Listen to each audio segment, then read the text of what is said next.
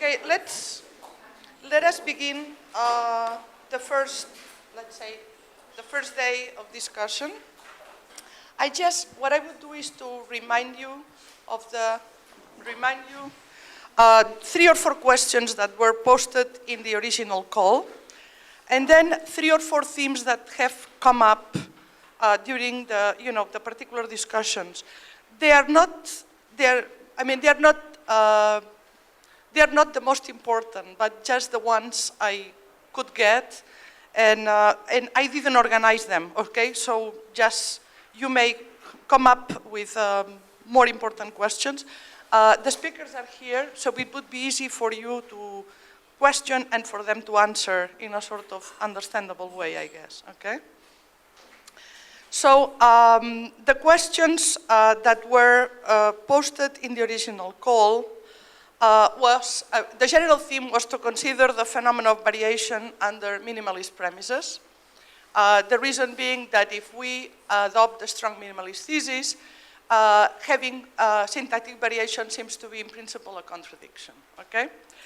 So the three or four questions that we posed, not necessarily the most important, was to talk about the nature of principles and the nature of parameters. What's the format? How do we tease them apart? What's the status of the micro variation, macro variation distinction, if there is some distinction on these lines?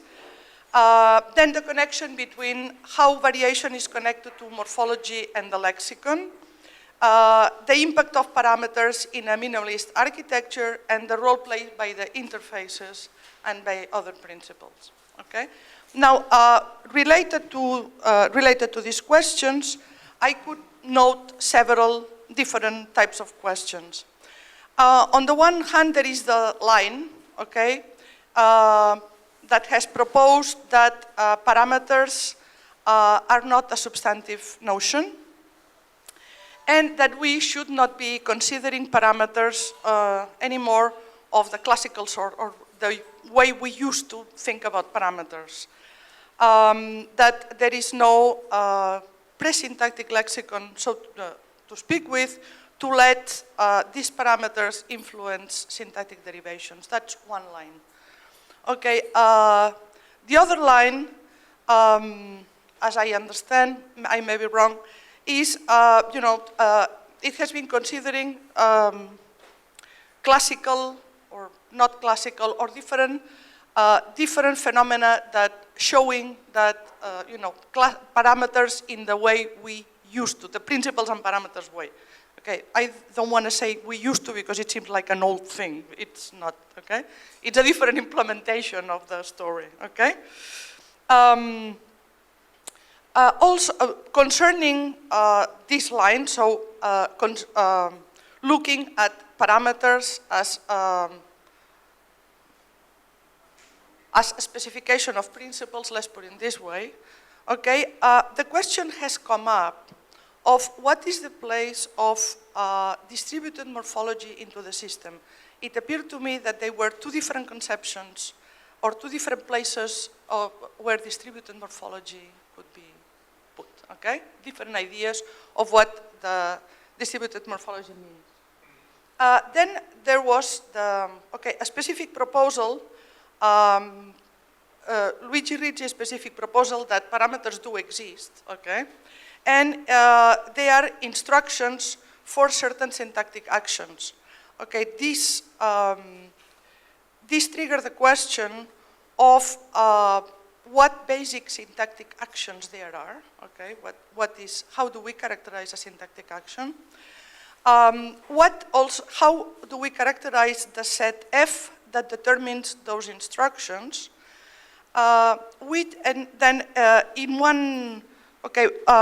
When Luigi was characterizing how he conceives parameters, he proposed that they are, under this point of view, that they are more restrictive than we used to think about, because the restriction is concerning the format, okay, not the locus where they exist, okay? Another question that came about was the relation between phonology, or what the syntacticians call morphophonology, okay, and syntax. In other way, and in concrete, I think it was one of Richie Kaine's questions, which parametric decisions can we make solely on phonological factors, okay? And he pointed out at this thing that we will call PF, calling our attention on the syntactic sensitivity of phonological effects. So, and this syntactic sensitivity should be explained. This is another issue that came about. Okay, I think I'll stop here, and then we can start the question-answer period. Okay.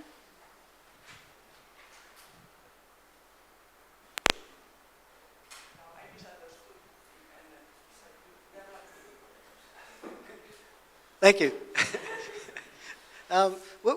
One kind of question that I think is interesting is to ask why we're formulating these questions in the way that we're formulating them. For example, you talked about syntactic variation. You said, given the strong minimalist thesis, we wouldn't expect it. Now, another way of getting at that kind of issue is to ask, as some people have, for example, Mark Baker at one point very explicitly, why is there syntactic variation? Now, I mean, he gave one suggestion, and there have been other suggestions, but it seems to me that there's a real question about what effect it's having on the discussion to fit everything into so-called minimalism. I mean, these questions go deeper than minimalism. That kind of question has been a valid question for much longer than minimalism has been around. And we could ask, whether minimalism has actually helped or not. And then we could ask, to the extent that people have been talking about minimalism, what the term refers to.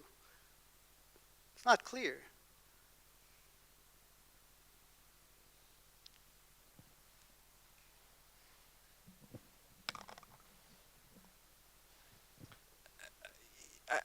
I think the question of why there is variation to begin with is a very good one. That there is syntactic variation is still to be determined, right?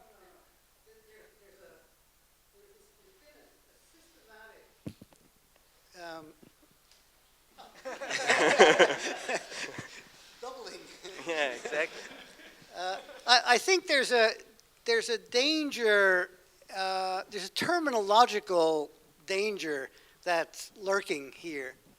When I say syntactic variation, I don't care about the word syntactic so much as I care about the facts that I have in mind and that many of us have been grappling with for years. It seemed to me that in your talk, you were using the term syntax in a much narrower way than it's normally used.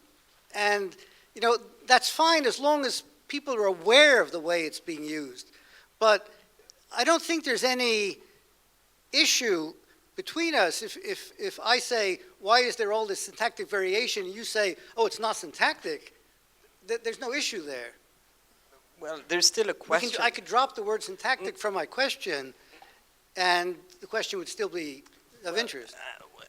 Undeniably, but I think that there is a question about locus of variation, as Luigi mentioned, that I think should be raised for sure. That is, where exactly we locate the source of variation to begin with.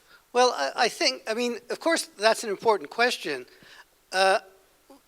Nobody has really gone into the question of the best known case of parametric variation, which is no doubt the null subject prodrop case. And that case is very interesting because it's clear that the proposals made 30 years ago are not right. In the same sense in which You know, you were saying in your talk that Greenberg's universals are not right. Namely, the sense in which not right means not 100% right. That's right. Which leaves open all the questions. Absolutely. And in the area of ProJob, we learned very quickly that instead of there being two types of languages, there are dozens, if not hundreds, of types of languages relative to the notion of ProJob. Now the question is, you know, what sort of picture of what sort of account of that massive variation do we have now? And, you know, what do these parameters look like and where are they located, et cetera? Okay, so, yeah. So, but at least the locus question is as important, at least as a question, as the why question to begin with, right? And they are somehow very linked, right? The fact that there is variation triggers at least a couple of questions almost immediately. One is why there should be, and also where. And if so, where? Why exactly there as opposed to in some other component of the grammar, right? I think that those questions have to be addressed almost like as a unit, right? Because depending on the sort of answer, preliminary as it may be, the sort of answer that we provide to where the variation is found, at least the source of variation is found, we may be able to address why there should be variation to begin with, right? So, for example, on the issue that I mentioned, but I think that goes back to an important article by Mark about underspecification versus overspecification of universal grammar.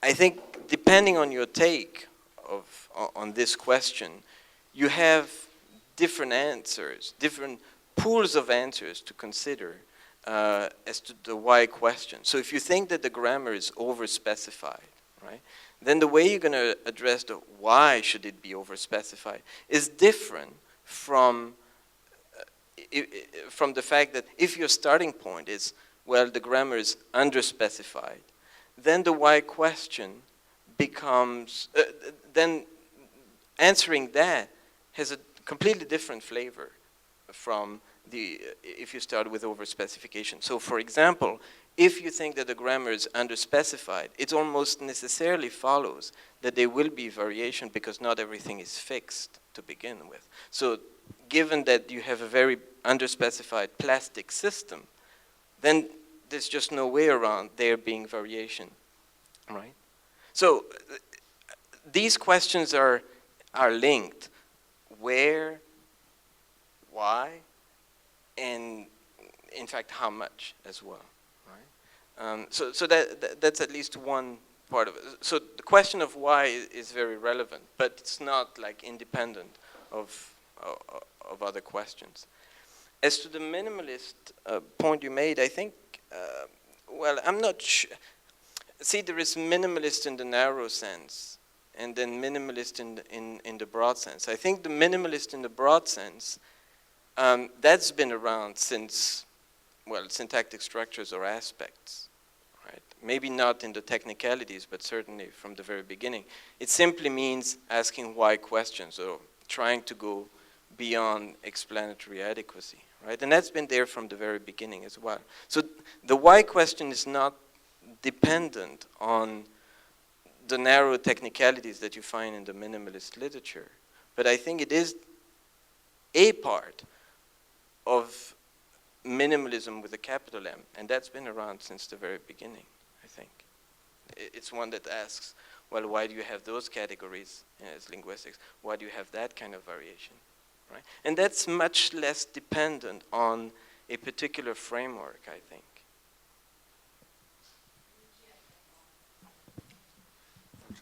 Just a small point, and as a follow-up on Richie's observation, there are substantive questions and there are terminological questions, right? But it's not the case that you can, I mean, terminology is not innocent, so that whatever decision you take about terminology, that has consequences on the organization of research, on all sorts of things. So it seems to me that one concern that one might have with the conclusion that variation is not syntactic in the narrow sense that you define is that that may deflect attention or turn attention elsewhere from a very rich data set that we have analyzed over the last 30 or 50 years with very significant results, it seems to me, by uncovering very significant generalizations. So just think of on some elements of variation that have been absolutely central to the work that we have been doing. Take the work by Jean-Yves Pollock on verb position, right? That is variation. That has been analyzed as a core syntactic phenomenon. Very interesting analysis have been given. Or take the word on, or the work on word order, for instance. You know, a lot of work, an enormous amount of work has been dedicated to that.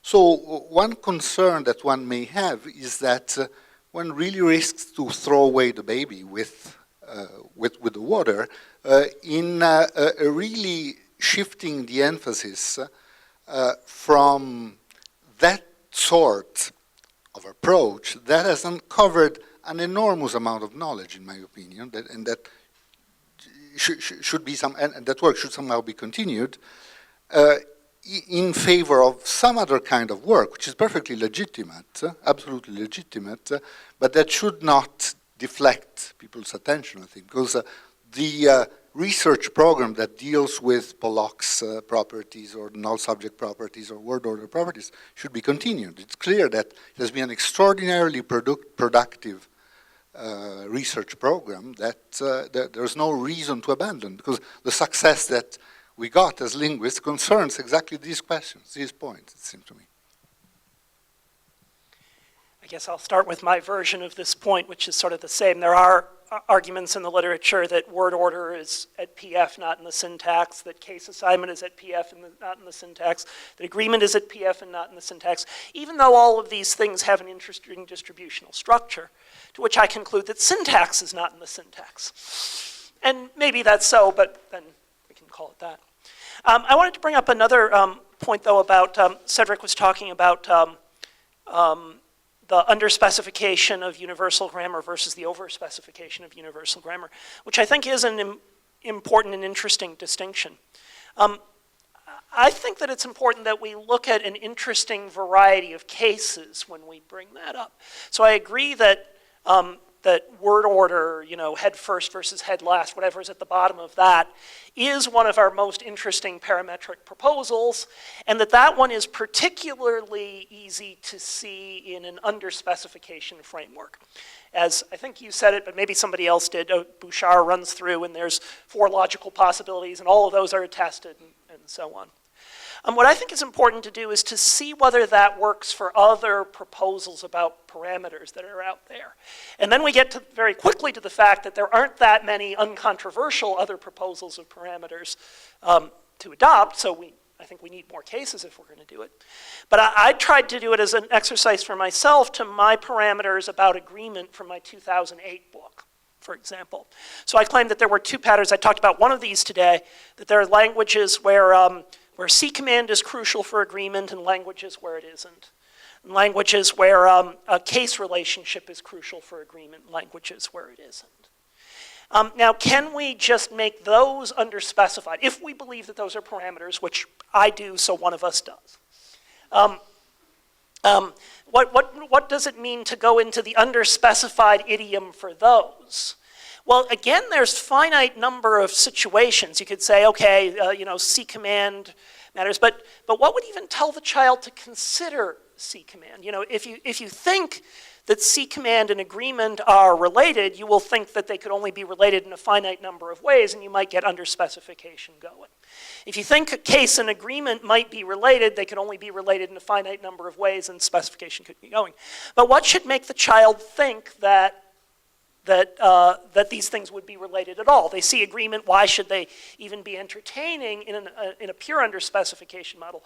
Why should they even be entertaining that there would be logical links between these things? So that's a particular case that we could talk about if we wanted to, but I think it's also a general case about, is the underspecification model as persuasive when we have a wider range of parameters to consider?